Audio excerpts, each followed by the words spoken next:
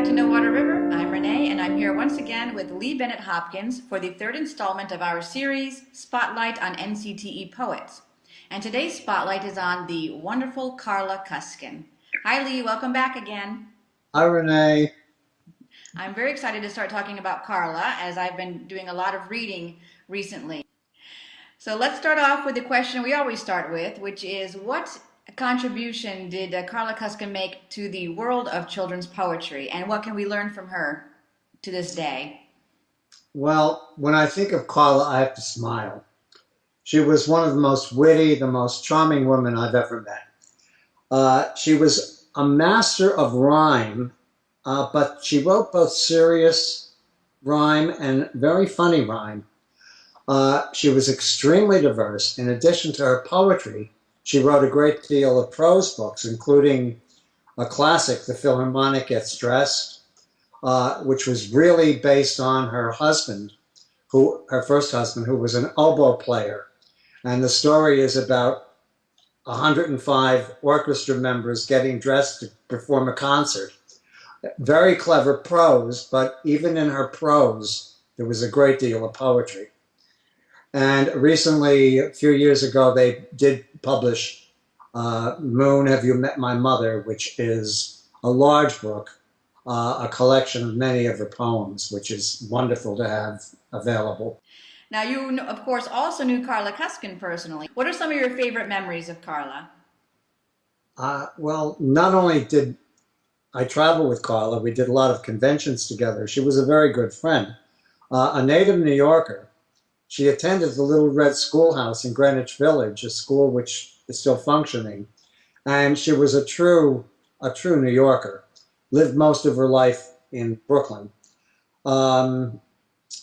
In Dogs and Dragons, Trees and Dreams, which was an incredibly interesting book, she not only did poetry, but she provided a lot of notes on her work, which I found fascinating, both for children to read on the development of poetry, and also we can learn as adults, those of us who want to write or appreciate poetry, some of the things that go into poems. One of the notes in Dogs and Dragons that she wrote was this. She said, if there were a recipe for a poem, there would be ingredients. Words, sounds, rhythm, description, feeling, memory, rhyme, and imagination. They can be put together 1,000 different ways, 1,000 more. If you and I were to go at the same time to the same party for the same person, our descriptions would be different as we are from each other. It is those differences that makes our poems interesting. Again, she had great impact on poetry. Again, not only did she win the award, she designed the medallion for the NCTE Award, which I thought was very exciting. And I always teased her. I told her the only reason she got the award because she designed the medallion, which she thought was very funny. Again, very witty, very charming. She wrote a lot of original poems for me for anthology. A long time ago, I had asked her, we had a discussion about the typical child dissecting, analyzing, memorizing poetry, which we all have our thoughts on. And she said to me, Lee, I'm going to write something for you and give you my thoughts on this matter. She detested the idea of anyone dissecting, analyzing her work. She hated textbooks where a poem of hers was reprinted and then question after question was asked. I think most of us do. And I'm going to read to you this very personal letter that she wrote. I think it's a very poignant letter she wrote to me on this subject. And it really sums up what I think a lot of us feel in terms of dissecting, analyzing, and forced memorization, which I call the DAM approach, D-A-M. Karla wrote,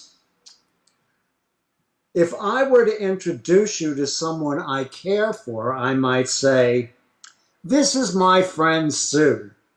I like her very much, and therefore, I hope you like her too.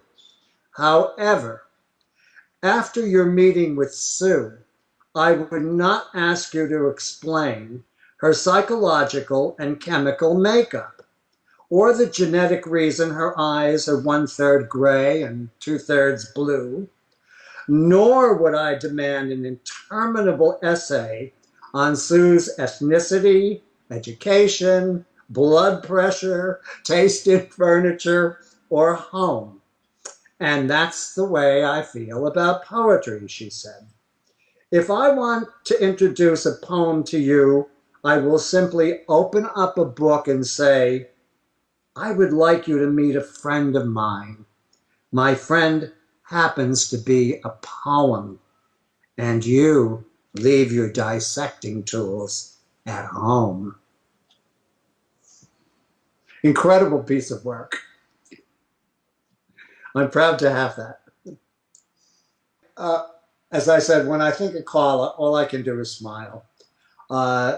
She was a smile in the making. Lee, thank you once again for sharing your memories of Karla Kuskin, and I hope you'll join us again the next time for our next installment of the Spotlight on NCTE Poets. Bye-bye. Thank you, Renee. Thanks, Lee.